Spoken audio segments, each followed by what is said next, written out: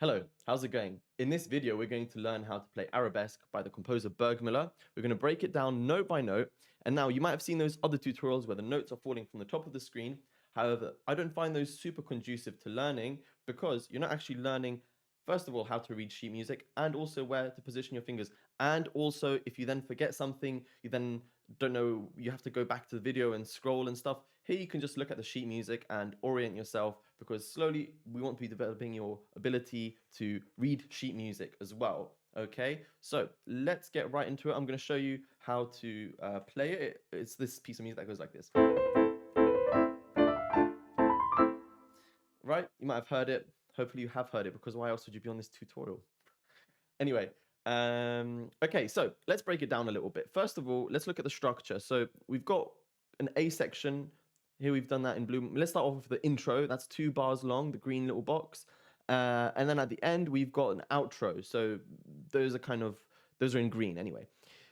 In the middle, we've got this blue section, the A section, and we've got the red section, the B section. And then we kind of reference back to the A section, okay?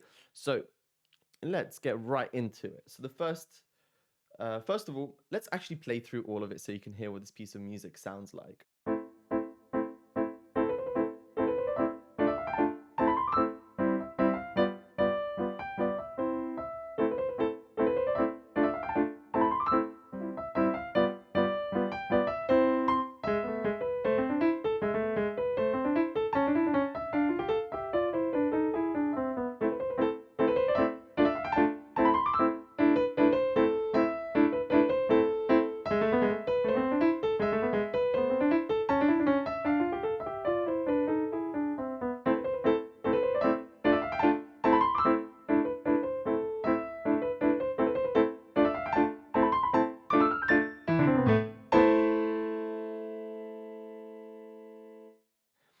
Right, so this first part of the music, which we reference here in yellow, it's also referenced a little bit later in the music. The opening phrase starts off, we take our right hand onto 5 notes from A to E, and we go 1, 2, 3, 2, 1, 1, 2, 3, 4, 5, and we go to D, A. Now, the difficult part about this is you want to be very kind of precise and staccato with these notes. So when I was practicing this, I started off by kind of use your wrist motion a little bit until you can get those kind of clean, precise notes. You don't want them to sound like that. We want it to be. See how I'm actuating each of my fingers.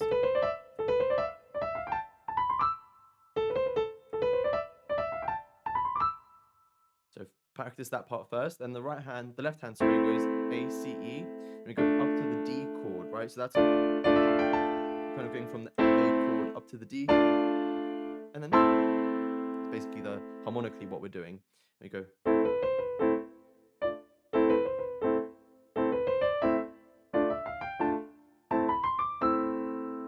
Okay, so that's the first part of the music, so practice that. Then here in the next phrase of the music, we're kind of giving an answer to the question.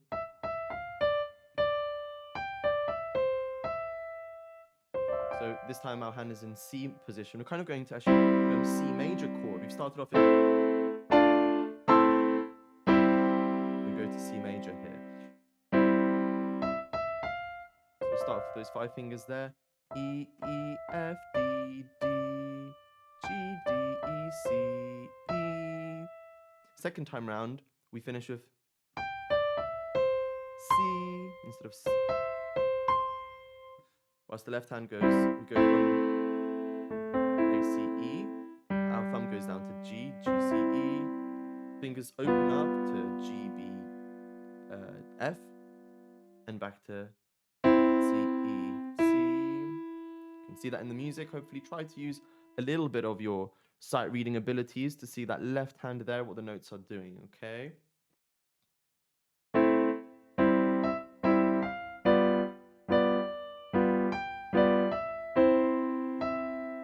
Second time round.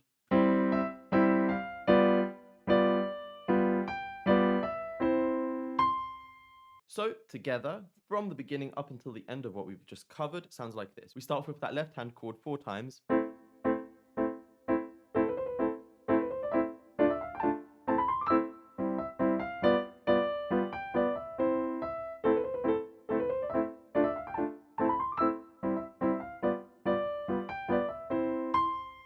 Okay, and we kind of want to create this stretto kind of sound. Look up the word stretto if you don't know what it means. Stretto means like a string instrument. So it's kind of like a more gentle section. The first section is staccato and percussive, and the second section is more kind of gentle. Okay, so that's the first 10 bars of the music. Now let's go on to the B section. So in the B section we have this interesting inversion. The left hand takes over the melody.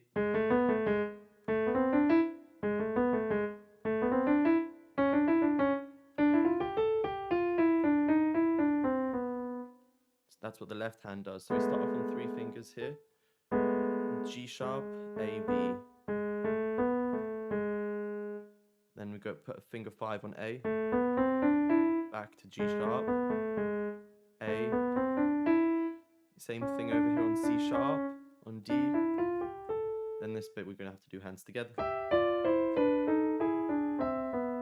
We'll get to that in a second. In the meantime, right hand has E, B, C, A, E, B, C, A, E, F, and then we'll get to that in just a second. So let's try that part hands together.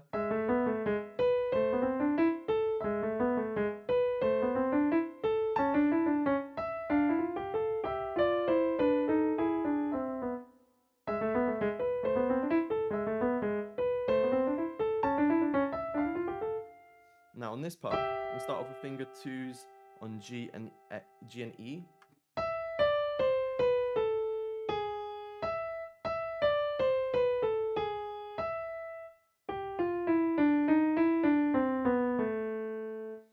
So here I've just annotated those 2 bars. So we start off on finger 2s together on G and E. Then finger 1s go together. 3 and 2, 2 and 3, 3 and 3, 3 and 2. D sharp and A, E and G sharp. And once you hit the A, you go back. So one more time.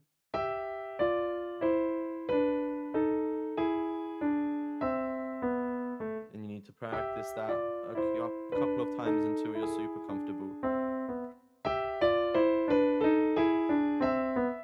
And back to the beginning section. So all of this B section together sounds like this. And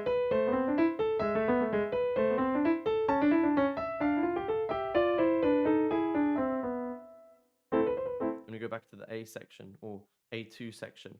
Now, what I found a bit tricky was actually going from the first A section to the second A section. I've actually highlighted those bars in red or orange because the first time around you have one solution, second time around you have a different solution. So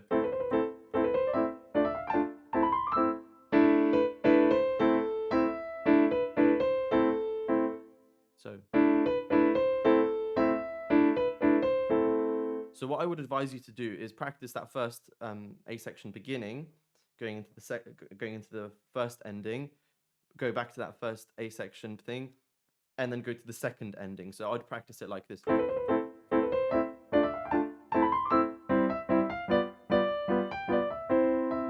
And then second one.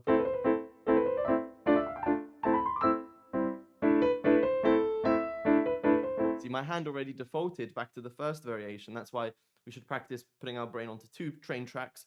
One of the train tracks goes to part 1, one of the train tracks goes to part 2.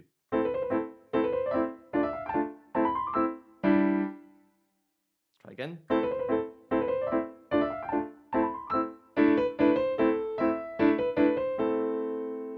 Okay, cool. And then we go to the outro, which goes like this.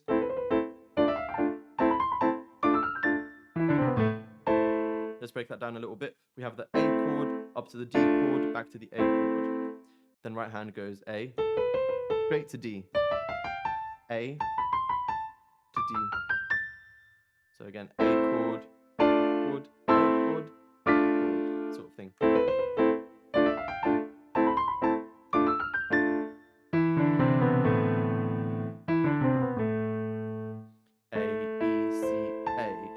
out remembering that last chord. Kind of like an arpeggio here.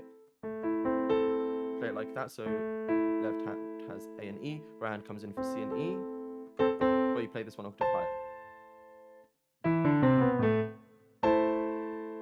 So now let's go from the beginning of the music one more time just to make sure you've got all those parts assembled. I'm going to pause at the relevant moments and just explain what I'm doing. So first of all, we start with 4 chords on A,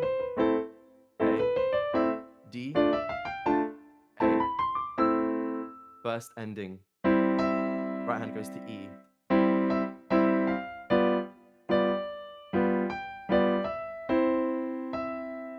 Back to the first thing.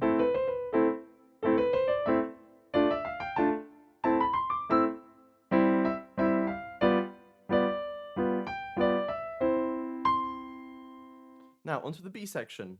We go to G sharp and E.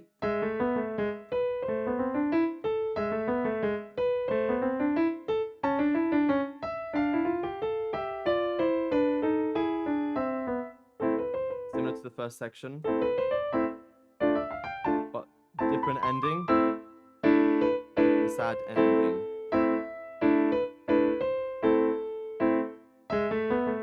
Back to the B section.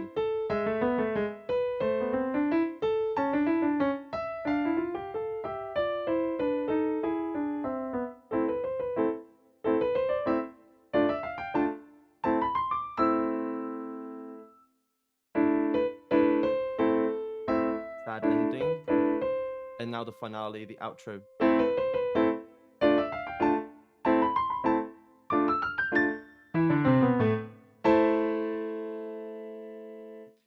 So that about covers the notes of the music. Now, one of the things that I really want to bring out in this music is that right hand pattern. So when you're practicing it, make sure you're bringing out the kind of lightness.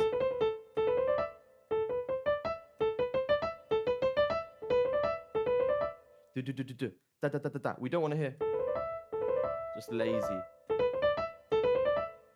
They are legatoed or kind of tied together.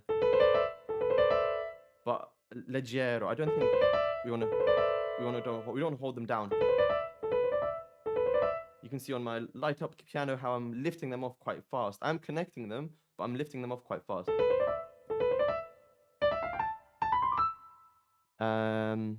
And then we love this this nice contrasting section over here.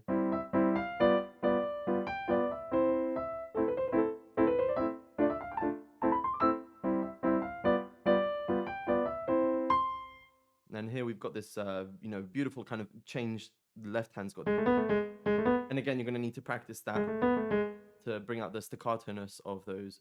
Staccato-ness. I'm just going to pretend that's a word.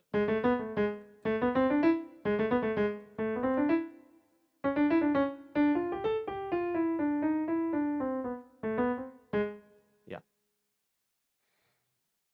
And this section, definitely got to practice that. Because, yeah, a bit of a tongue twister or a finger twister.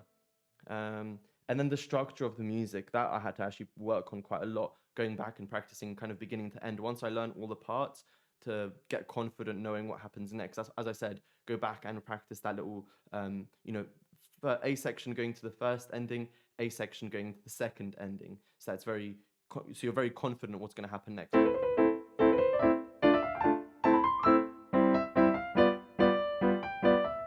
First ending.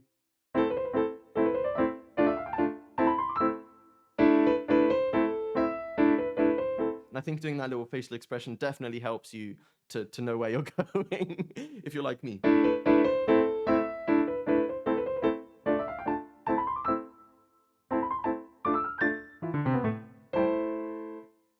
Okay, so that about covers it. I hope you found this tutorial useful and it's helped you to learn how to play this piece of music. It's a gorgeous piece of music, lovely, lovely classical piece of music. If you want to download the sheet music, I'm going to post the link down below. I hope you enjoyed this video.